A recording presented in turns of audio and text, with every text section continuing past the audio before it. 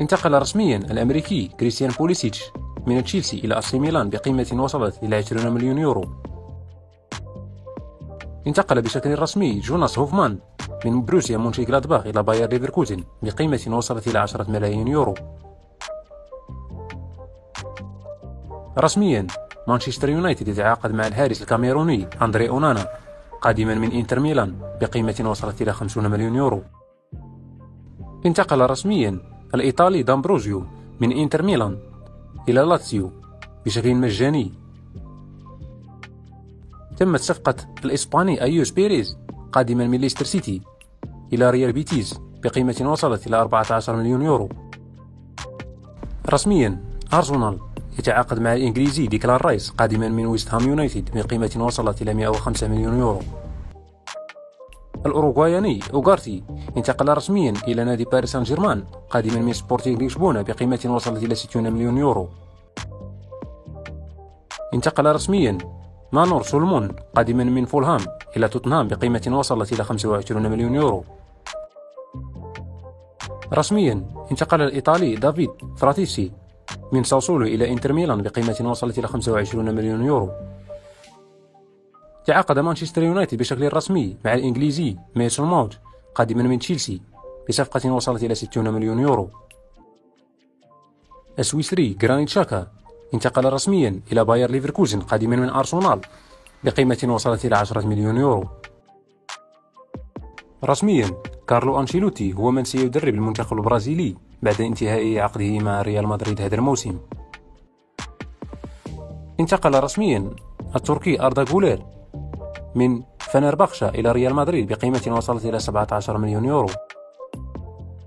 تعاقد نادي أتلانتا مع الظهير باكير قادما من باير ليفركوزن بقيمة وصلت إلى 10 مليون يورو. رسميا AC ميلان تعاقد مع الإنجليزي لوفتيس تشيك قادما من تشيلسي بقيمة وصلت إلى 20 مليون يورو.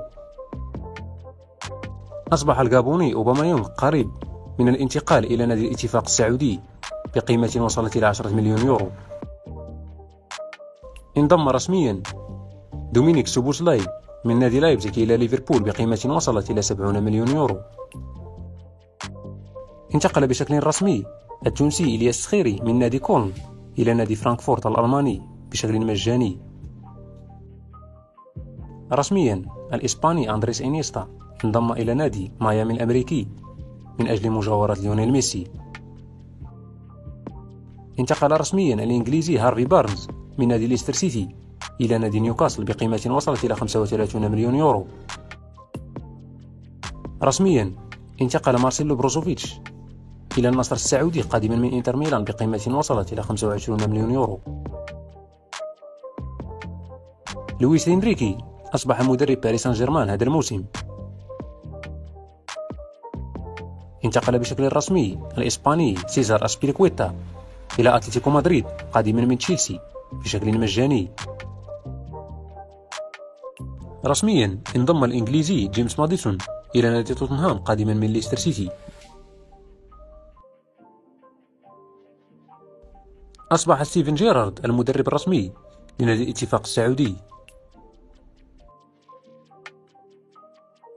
البرازيلي فيليبي كوتينيو قريب من الانتقال إلى نادي الاتفاق السعودي. تعاقد رسميا نادي مارسيليا مع غوندوغبيا قادما من أتلتيكو مدريد.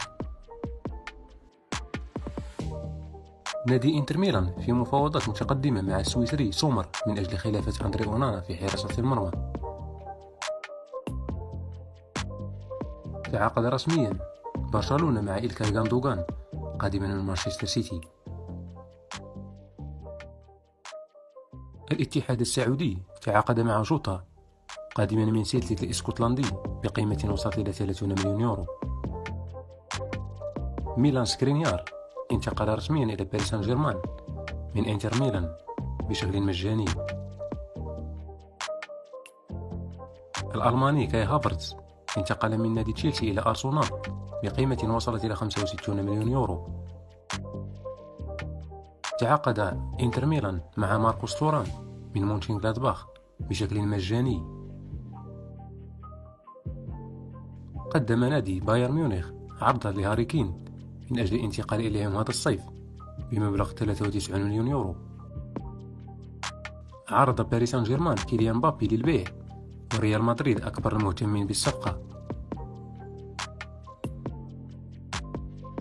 رسميا أرسنال يتعاقد مع الهولندي تيمبر قادما من أياكس أمستردام ب 45 مليون يورو.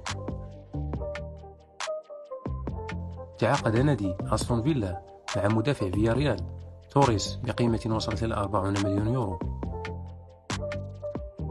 انتقل رسميا الحارس فيكاريو من أمبولي إلى نادي توتنهام. تعاقد نادي روما الإيطالي رسميا مع سكوت ماكتوميناي قادما من مانشستر يونايتد ب 40 مليون يورو. التركي سويونجو انضم رسميا لنادي أتلتيكو مدريد بشكل مجاني قادما من ليستر سيتي.